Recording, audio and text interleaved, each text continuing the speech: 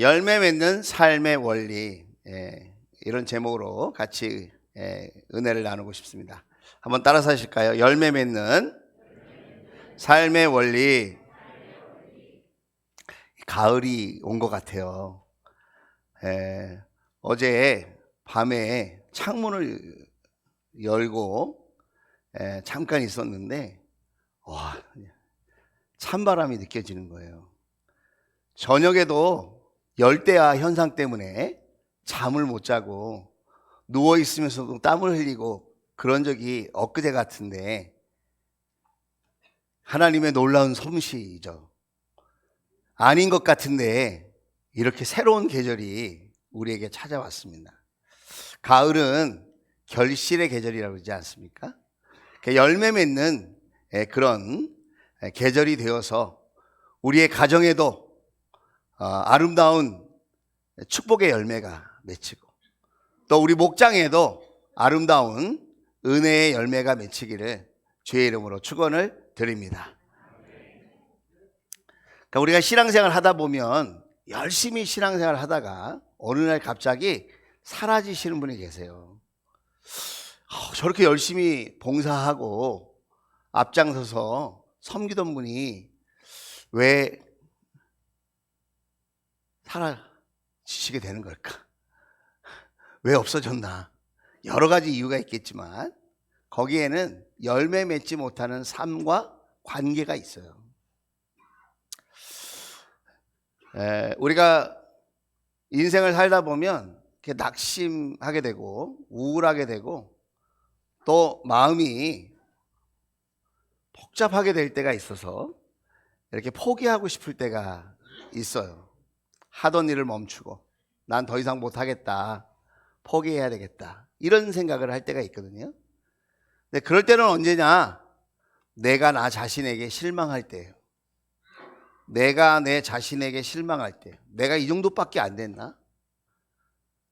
왜 나는 이렇게 실력이 없나? 왜 나는 노력해도 안 되나? 나는 이 정도밖에 안 되는 사람이었나? 그러니까 자기가 자기에게 실망하면 그때부터 우울증이 오는 겁니다. 그때부터 용기가 사라지는 겁니다. 그러니까 포기하게 되는 겁니다. 가정생활도 마찬가지예요. 부부관계도 자기 자신에게 실망을 하면 부부관계가 어려워지는 거예요. 신앙생활도 마찬가지예요. 자기 믿음에 실망을 하면 그때부터 신앙생활이 침체에 빠지게 되는 겁니다. 그래서 오늘 우리가 이렇게 말씀을 통해서 열매를 맺지 못하는 그런 어두운 길로 가는 침체에 빠지는 그런 삶이 아니라 정말 열매를 맺는 그 열매를 통하여 하나님께 기쁨을 드리고 나의 삶에 보람과 만족이 있는, 그리고 이웃들에게 도움이 되는 멋진 삶이 다 되실 수 있기를 주의 이름으로 축복합니다. 자, 오늘 38절은 이렇게 시작되어져요. 자, 그들이 길을 가다가 예수께서 어떤 마을에 들어가셨다, 그래요. 그렇게 말하고 있어요. 어떤 마을, 이 어떤 마을이 어떤 마을이냐? 요한복음 11장 1절에 보면 한 병자가 있었는데 그는 마리아와 그의 자매 마르다의 마을 베다니에 사는 나사로였다 그랬습니다. 베다니의 벳은 히브리어로 집이란 말입니다. 베들레헴 이렇게 우리가 얘기하잖아요. 그것도 집이에요. 벳이 집이에요. 집. 베들레헴 빵집이라는 말이고, 벳은 집인데 다니는 아니라는 말이거든요. 아니는 가난한 이런 뜻이에요. 그러니까 베다니라고 하는 지역은 가난한 사람들이 살던 지역이라는 거예요. 자, 거기에 누가 살았다고요? 마리아, 마르다, 나사로 3남매가 그 베다니, 가난한 자들이 모여 사는 작은 마을에 같이 살았다는 거예요. 그런데 그 베다니를 이야기할 때 어느 지역에 있는 베다니 이렇게 얘기하면 좋을 텐데 뭐라고 얘기하죠? 마리아와 그의 자매 마르다의 마을 베다니, 이렇게 말하고 있어요. 그러니까 베다니에서 살아가는 많은 사람들이 있는데 하나님이, 우리 예수님이 기억하는 사람이 있다는 거예요. 그 사람이 누구죠? 마리아와 마르다라는 거예요. 여러분이 양주에 사시는데 의정부에 사시는 분도 계시고 동두천에 사시는 분도 계세요. 포천에 사시는 분도 계시고. 그런데 양주를 이야기할 때 김은순의 마을 양주에 사는 뭐 이렇게 얘기를 한다고 하면 기분이 안 좋으세요? 굉장히 관심을 받고 주목을 받는 사람이라는 걸 의미하겠죠.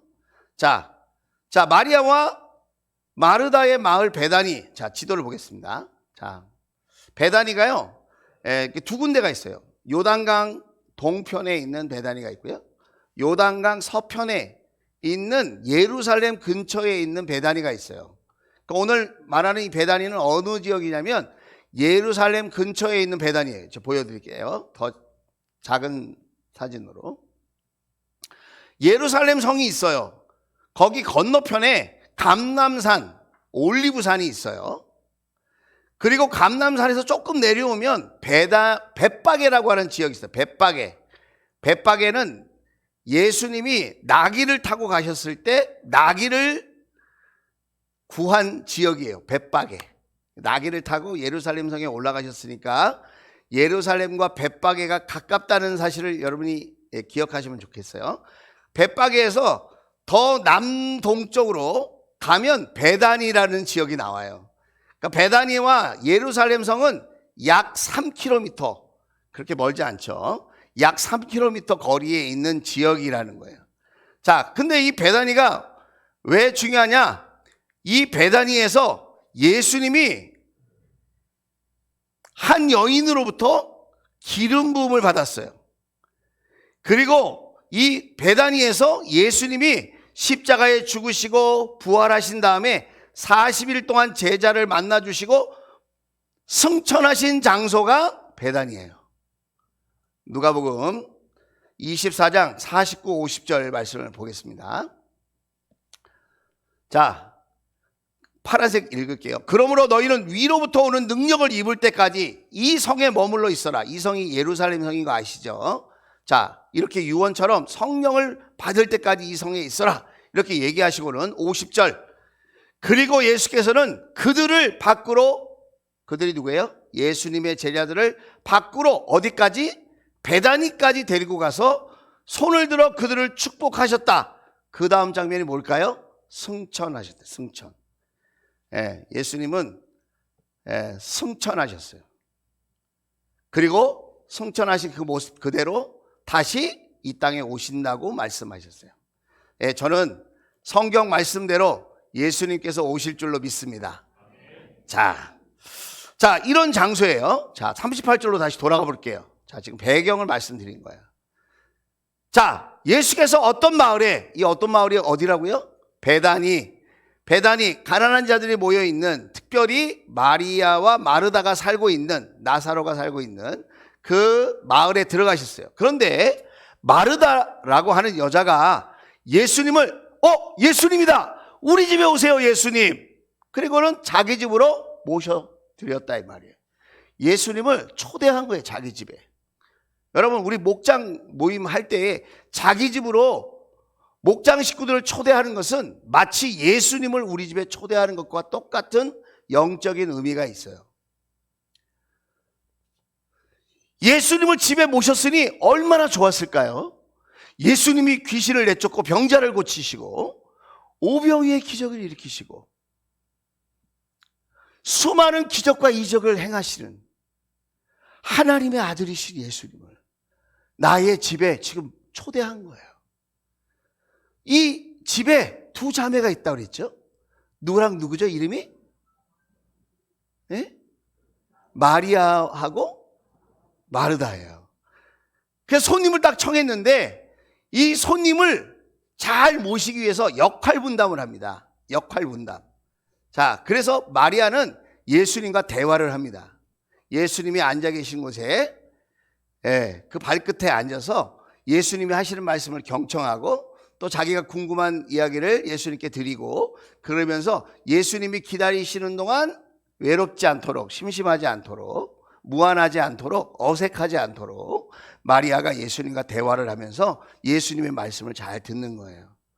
자, 그리고 마르다는 뭘 했을까요? 39절에 이 여자에게는 마리아라고 하는 동생이 있었는데 마리아는 주님의 발 곁에 앉아서 말씀을 듣고 있었다. 자, 제가 지금 설명한 거죠. 40절. 그러나 마르다는 여러 가지 접대하는 일로 분주하였다 그랬어요. 마르다는 지금 뭐 하고 있는 걸까요? 우리 어머니들이 잘 아시죠? 식탁을 지금 준비하는 거예요. 식사를 준비하는 거예요. 그런데 예수님이 오셨으니 반찬을 한 가지 했을까요? 여러 가지를 하는 거예요. 손님으로 예수님이 우리 집에 왔으니까 이 반찬도 하고 저 반찬도 하고 이것도 꺼내놓고 저것도 끓여놓고, 우리로 말하자면 소고기국도 끓이고 또 고기도 불고기도 막 볶고 전도 부치고 막 이렇게 하고 있는 거예요. 얼마나 일손이 바빴을까요? 마음은 얼마나 분주했을까요? 그리고는 가만히 생각해 보니까 동생이 저기 앉아있는 게 보이는 거예요. 나는 이렇게 바쁘고 지금 발을 동동 구르고 지금 일손이 부족해서 이렇게 힘든데 쟤는 지금 뭐 하고 있는 거지? 예수님과 더불어서 이야기를 하면서 놀고 있는 것처럼 보이는 거예요. 그때부터 마르다의 마음은 어떻게 됐을까요? 예수님을 우리 집에 모셨다고 하는 기쁨과 감사와 기대가 깨어지는 거죠. 그때부터 동생을 바라보면서 비교하는 마음, 시기하는 마음, 질투하는 마음, 괴로운 마음이 생기는 거죠. 우리도 신앙생활 하다 보면 마르다 같은 마음으로 신앙생활 할 때가 있어요. 이렇게 누군가를 초대하고 섬기는 기쁨으로 열심히 일을 해요. 그걸 마르다의 영성이라고 그래요. 그걸 행함의 영성이라고 말하고 노동의 영성이라고 말을 해요. 너무 중요한 거죠. 다 놀고 있으면 누가 일합니까, 여러분? 우리 가정도 다 누워 있으면 누가 여러분 일을 합니까? 우리 목장도 우리 교회도 마찬가지예요. 대한민국도 마찬가지죠. 열심히 최선을 다해서 바쁘고 분주하게 일하는 분들은 거기에 걸맞는 대접을 받아야 되는 것입니다. 마르다의 영성은 필요한 거예요. 자, 동시에 그러면 마리아는 지금 뭘 하고 있는 걸까요? 마리아의 영성은 묵상의 영성이에요. 예수님의 말에 귀를 기울이는 거예요. 예수님의 말씀에 마음을 들이는 거예요. 그걸 우리가 다른 말로 기도의 영성이라고 그래요. 기도하는 것은 우리의 마음을 하나님께 드리는 거예요. 그리고 하나님이 나에게 뭐라고 말씀하시는지를 귀담아 듣는 거예요, 여러분.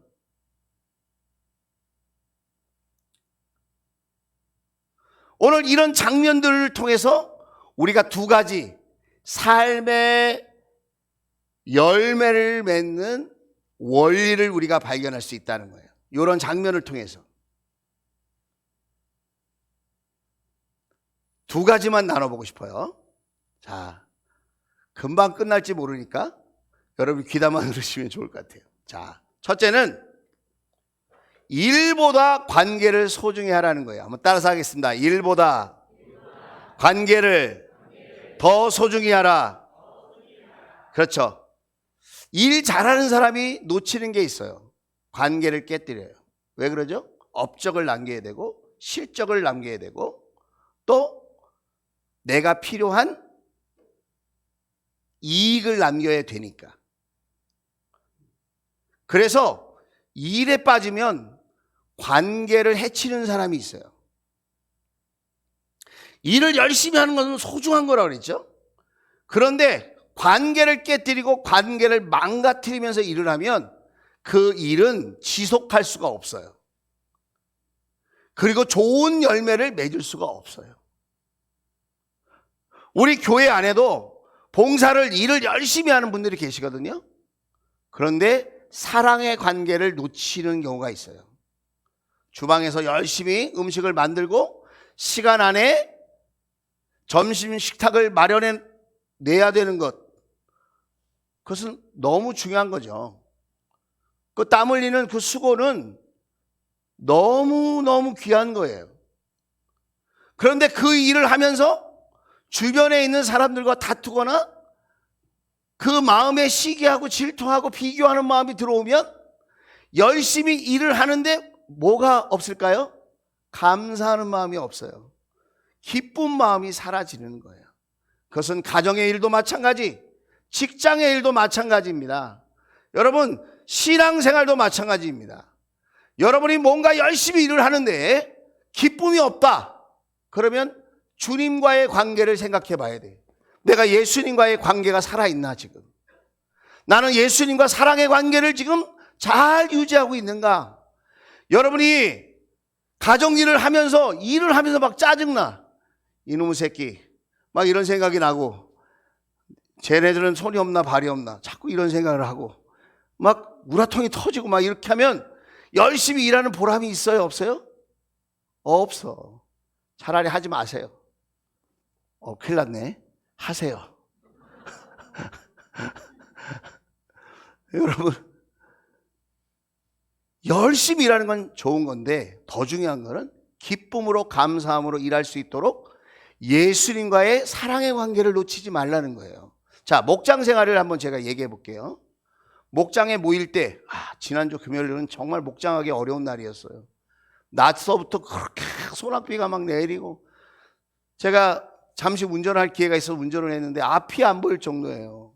저녁 때가 됐는데 기도가 막 절로 나오더라고요. 금요일 날 저녁에 이 시간에 목장을 모이기 위해서 우리 주원 가족들이 움직이게 될 텐데 목장을 과연 기쁜 마음으로 모일 수 있을까? 감사하는 마음으로 모일 수 있을까? 막 그 생각이 드는 거예요. 그런데 그 시간에 주님께서 나를 어떻게 사랑하셨는지, 주님께서 나를 위하여 하신 일이 무엇인지, 나 같은 죄인을 위하여 예수님은 십자가에 죽으셨고 나를 위하여 자신의 물과 피를 쏟으셔서 나를 사랑해 주셨는데, 예수님의 사랑을 기억하고 예수님과 사랑의 관계를 붙든 사람은 여러분 기쁨과 감사함으로 목장 모임을 능히 하고도 남음이 있지 않았을까. 할렐루야. 그런데 저도 그 내리는 비와 어두워진 그 날씨에 예수님 생각이 안 나더라고요. 여러분, 우리가 놓치는 게 있어요. 열심히 일하면 그게 최고다. 그런 생각, 여러분, 좋은 생각이 아니에요. 열심히 일하는 게 최고지만 사랑하는 마음으로 열심히 해야 돼요. 그래야 내가 하는 일에 보람과 기쁨이 있고 그 일을 오래 지속적으로 할 수 있게 될 줄로 믿습니다. 마르다는 지금 일에 빠져 있어요. 그런데 마리아는 지금 어디에 빠져 있어요? 예수님과의 관계에 빠져 있어요. 예수님과 친밀한 교제를 하고 싶어 하는 거예요. 마리아의 마음은 예수님과 사랑의 교제를 나누는 데 있었다는 거예요. 예수님이 우리 집까지 오셨는데 예수님과 더 깊은 사랑의 관계를 내가 만들어야 하겠다. 이런 마음을 가졌다는 거예요. 여러분에게도 그런 사랑의 관계가 아름답게 꽃피우는 그런 가을이 될 수 있기를 주의 이름으로 축원을 드립니다. 자, 마지막 두 번째는 뭐냐? 급한 일보다 중요한 일을 먼저 하라는 거예요. 한번 따라서 하겠습니다. 급한 일보다 중요한 일을 먼저 하라. 자, 지금 마르다는 급한 일이 뭐예요? 밥을 빨리 마련하는 거예요. 반찬과 더불어 밥을 빨리 차려서 예수님 시장하실지 모르니까 빨리 대접하는 거예요. 마르다는 급한 일이 그거예요. 자, 마리아는 급한 일이 뭘까요? 마리아는 예수님의 말씀을 듣는 것이 급한 일이라는 거예요. 그런데 거기 안에 비밀이 담겨져 있어요. 단순히 그렇게 급하게만 생각해서 그렇게 반응했을까? 그게 아니라 마르다는 그렇게 급하게 생각하면서 밥을 더 중요하게 생각했고, 마리아는 그렇게 급하게 생각하면서 또 예수님과의 교제를 중요한 일로 생각했다는 거예요. 제가 이렇게 신방을 갑니다. 신방을 가보면 가정에 이렇게 방문해서 예배를 드리지 않습니까? 예배를 드리면 그 집주인이 예배 시간에 그 예배하는 자리에 앉지 않고 부엌에 가서 뭔가를 열심히 합니다. 뭘 하고 있을까요? 목사님이 오랜만에 오셨으니까 맛있게 점심이나 저녁 이렇게 밥을 차려주시느냐고 뭘 열심히 음식을 만들어요. 그게 그 마음이 얼마나 귀합니까, 그죠? 그래서 막 반찬을 만들어 막 달그락달그락 하고 치 이런 소리도 나고 막 뭐 국 끓이는 소리도 나고 조금 있으면 밥솥에서 미리 밥 해놓으면 그게 별로 맛없을까 봐 시간 맞춰갖고 요즘은 되잖아요. 그러면 뽀 그리고 또 연기가 올라오고 예배 드리는데 이게 완전히 무슨 놀이동산 같아요. 예. 그래가지고 예배를 드려야 하는데 이쪽에서 푹 하고 저기서 볼볼 긁고 또 달그닥달그닥 하고 막 이래. 지금 예배를 드리면서 저는 참 고맙다. 이렇게 참 열심으로 섬겨주시려고 하니까 참 귀하다. 그런 마음이 들기도 하지만 저분은 중요한 일이 밥 먹는 거라고 생각하는구나. 그런 생각이 든다 이 말이에요. 목회자에게 중요한 일은 뭘까요? 밥 먹는 일일까요? 여러분이 그렇게 생각하신다면 저는 회개해야 되겠죠? 인구랑 목사가 식탐이 대단한 것 같아. 왜 이렇게 소문날 거 아니에요? 그거 아니에요. 제가 이렇게 시간을 내서 신방을 가서 예배를 드릴 때에는 하나님이 영광 받으시는 예배, 그 예배를 통하여 하나님이 주시려고 하는 그 하나님의 말씀을 받기를 원하는 거예요. 말씀의 은혜가 이 가정에 그 심령에 심겨지기를 원하는 거예요. 목사를 목사로 대접하는 가장 중요한 일은 말씀을 잘 듣는 거예요. 그리고 하나님께도 마찬가지예요. 여러 가지 봉사를 하고 예배를 위해서 여러 가지 활동을 하지만 하나님을 하나님으로 대접하는 일이 뭐냐? 예배를 통하여 하나님의 말씀을 듣는 거예요. 할렐루야. 여러분, 그래서 예배를 드릴 때 세상의 가치관과 나의 습관과 나의 이런 삶의 준비 안 됨의 모습을 미리 다 정리하고 말씀을 온전히 들을 수 있는 준비가 되도록 하기 위해서 예배 시간 30분 전 내지는 예배 시간 늦어도 10분 전까지 성전에 올라오시라고 부탁을 드리는 거예요. 그래서 여러분이 찬양할 때에 세상에 속한 마음들과 생각들이 찬양을 하면서 바뀌는 거예요. 마음가짐이 바뀌고 생각이 바뀌고 여러분의 몸이 바뀌고. 할렐루야. 하나님을 하나님으로 대접하는 거예요. 그게 여러분 예배를 드리면서 가장 중요한 것은 하나님의 말씀이 한 말씀이라도 내 귀에 들려야 돼요.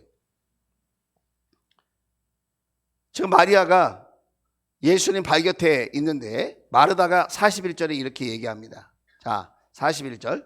주님께서 마르다에게 대답하셨다. 마르다야, 마르다야. 너는 많은 일로 염려하며 들떠 있다. 지금 마르다를 야단치는 거 아닙니다. 옛날에 목사님들이 마르다는 야단 맞고 마리아는 칭찬받았다. 이렇게 설교를 하시기도 했는데, 뭐 그렇게 해석할 수도 있지만 그건 아니에요. 둘 다 필요하다 그랬죠. 노동의 영성, 기도의 영성은 하나가 되어야 한다 얘기했잖아요. 일을 열심히 하는 거 예수님이 좋아하시고요.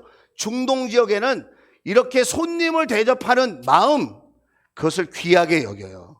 특별히 지금 누구를 대접하려고 이렇게 마르다가 바쁜 거죠? 예수님을 대접하려고 바쁜데 왜 야단을 하시겠습니까? 야단하는 게 아니에요. 너무 사랑하는 마음으로 얘기하는 거예요. 안타까워서. 마르다야, 마르다야, 있잖아. 너는 많은 일로 지금 너의 마음이 나누어졌구나. 이렇게 얘기하는 거예요. 마르다야, 내가 너의 봉사를 안다. 마르다야, 내가 너의 섬김을 다 알고 있어. 네가 지금 나를 잘 대접하기 위해서 많은 일을 하면서 이렇게 열심히 일하는 거 내가 다 안다. 그런데 말이야, 마르다야, 42절 이렇게 얘기하는 거예요. 주님의 일은 많지 않거나 하나뿐이다. 다 소중하지만 우선순위가 있다는 거야. 우선순위. 네가 하는 일도 참 귀하고 내가 인정하고 내가 칭찬할 만하지만 우선순위가 있다. 그게 뭐냐? 마리아는 좋은 몫을 택하였다. 그러니 아무도 그것을 그에게서 빼앗지 못할 것이다. 자, 지금 각자의 본분이 있다는 거예요. 마르다는 마르다의 본분이 있고 열심히 수고하는 본분. 지금 마리아는 지금 본분이 뭐예요? 주님의 말씀을 듣고 주님과 사랑의 교제를 쌓아가는 거예요.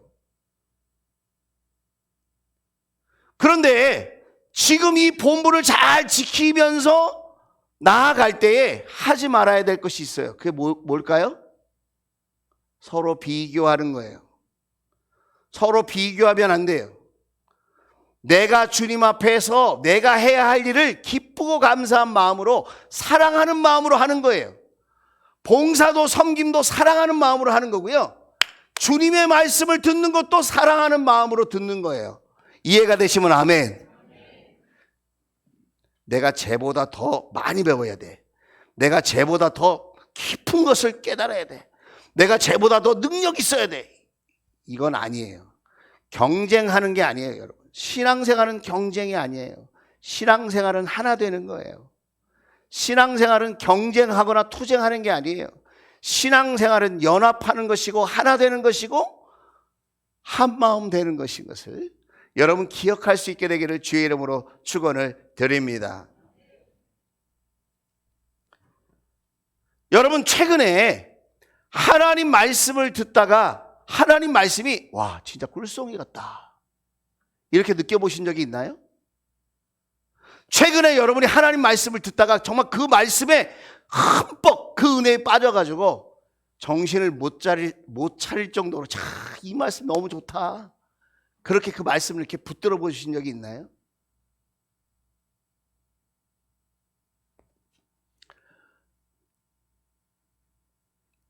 이런 은혜가 있지 않으면요 내가 하는 봉사와 섬김이 오래 못 가요. 그래서 지금 주님이 말씀하시는 거예요. 마리아가 더 낫다 그 얘기를 하는 게 아니고 둘 다 소중하고 참 귀한 일이고 칭찬받아야 할 일인데 비교하지 말고 경쟁하지 말고 각자의 분야의 책임을 다해서 그 일을 잘 감당하는데 거기 가운데 우선순위가 있다는 거예요. 그게 뭐냐? 주님의 말씀을 귀담아 듣고 그 말씀을 마음에 새기는 일. 그래야 봉사하다가 짜증이 나고 힘들고 어려운 일이 닥칠 때 누군가 사람으로부터 실망과 낙심의 소리를 들을 때 환경이 변해서 주저앉고 싶을 때 하나님의 말씀이 떠오르고 하나님의 그 말씀의 은혜가 나를 지켜줘서 여러분 내가 주님을 위하여 더 멋지고 큰 일, 아름다운 열매 맺는 일을 감당하게 되어진다는 거예요. 할렐루야. 요한복음 12장 3절입니다. 자, 이제 마리아가 어떻게 변하는지 보세요. 누가복음 10장에서는 그저 예수님의 발 아래서 말씀만 경청하던 마리아였는데 12장에 보면 마리아가 매우 값진 순나드 향유 한 그릇을 가져다가 이 향유 한 그릇은 1년치 연봉이에요. 연봉. 1년치 연봉 3천만 원이 될 수도 있고 5천만 원이 될 수도 있어요.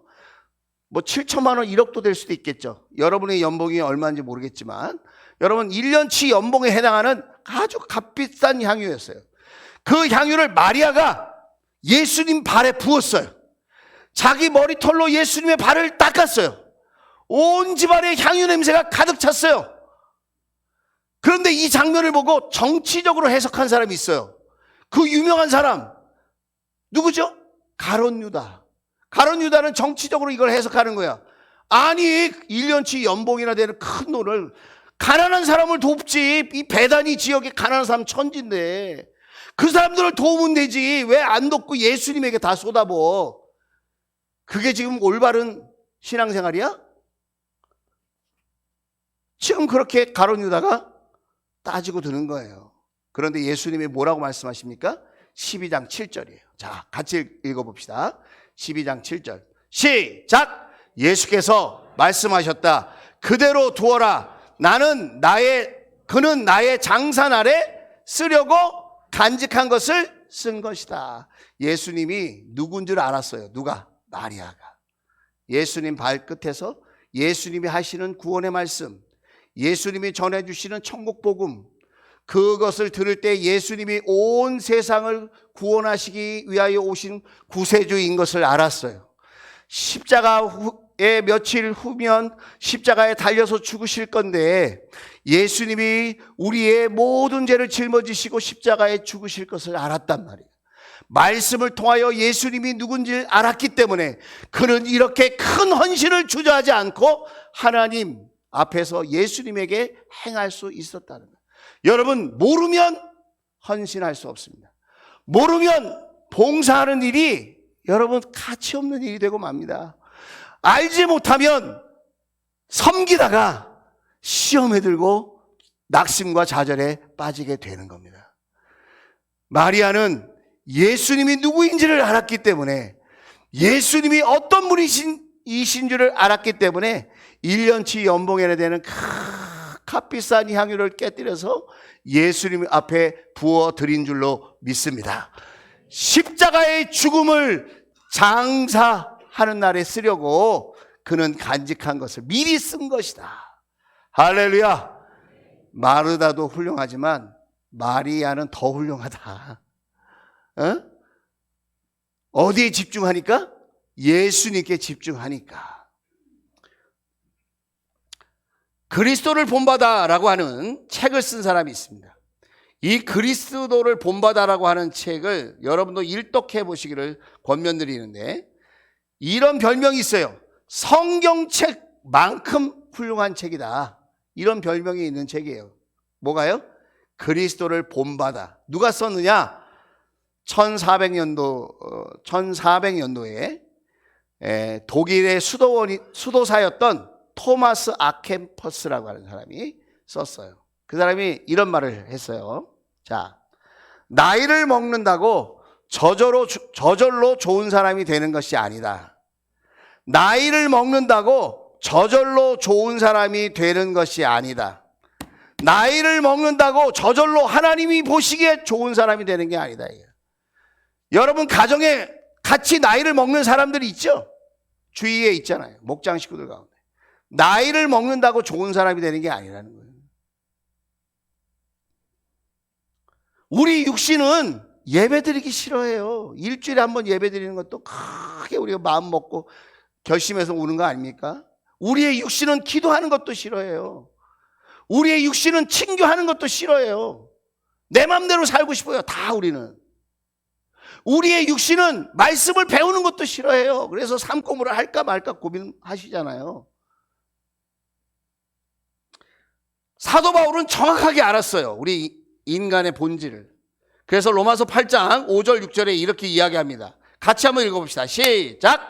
육신을 따라 사는 사람은 육신에 속한 것을 생각하나 성령을 따라 사는 사람은 성령에 속한 것을 생각합니다. 6절 시작. 육신에 속한 생각은 죽음입니다. 그러나 성령에 속한 생각은 생명과 평화입니다. 참된 열매를 맺어서 생명력이 넘치고 평안을 나누는 인생이 된다는 거예요, 여러분. 신앙의 원리 두 가지를 생각해 보십시오. 그게 뭐죠? 사랑의 관계가 더 중요하다. 두 번째는 뭐죠? 급한 일보다 중요한 일을 먼저 하라. 여러분이 매일매일의 삶에 뭐가 중요한 일일까요? 마르다는 중요한 일이 일이라고 생각하기 때문에 일의 현장에 있었어요. 마리아는 중요한 일이 예수님과 사랑의 관계를 맺고 그 말씀을 듣고 예수님께 마음을 쏟아내는 일이 중요한 일이라고 생각했기 때문에 마리아는 예수님 앞에 있었어요. 우리도 어떻게 살아가나, 그 사람이 하루의 그 시간을 어디에 먼저 몸을 들이고 살아가나, 그걸 보면 그 사람의 중요성을 알 수 있어요. 오늘 저와 여러분이 오늘 들은 이 두 가지의 원리를 삶 속에 적용하려고 하면 여러분에게 순종의 길이 열릴 줄로 믿습니다. 그리고 여러분의 삶에 놀라운 믿음의 열매가 맺혀질 줄로 믿습니다. 오랜 시간이 지났다고 해서 좋은 사람이 되는 게 아니에요. 교회를 오래 다녔다고 해서 좋은 사람이 되는 게 아니라는 거예요. 신앙의 원리에 맞게 우리가 그렇게 신앙생활을 할 때에 여러분 열매 맺는 복된 삶이 되어질 줄로 믿습니다. 오늘 칼럼을 썼어요. 여러분 그 칼럼도 꼭 읽어보시길 원합니다. 나 때문에가 아니라 예수님 때문에 우리가 신앙생활을 한다. 그 칼럼을 꼭 읽어보시고 오늘 말씀과 연결지어서 한 주간 동안 살아갈 때 여러분 나는 일보다 관계에 더 집중하는가? 나는 급한 일보다 중요한 일에 더 힘을 쓰고 있는가? 그것을 생각하면서 우리가 한 주간을 믿음 안에서 승리할 수 있게 되기를 주의 이름으로 축원을 드립니다. 자, 한번 기도하겠습니다.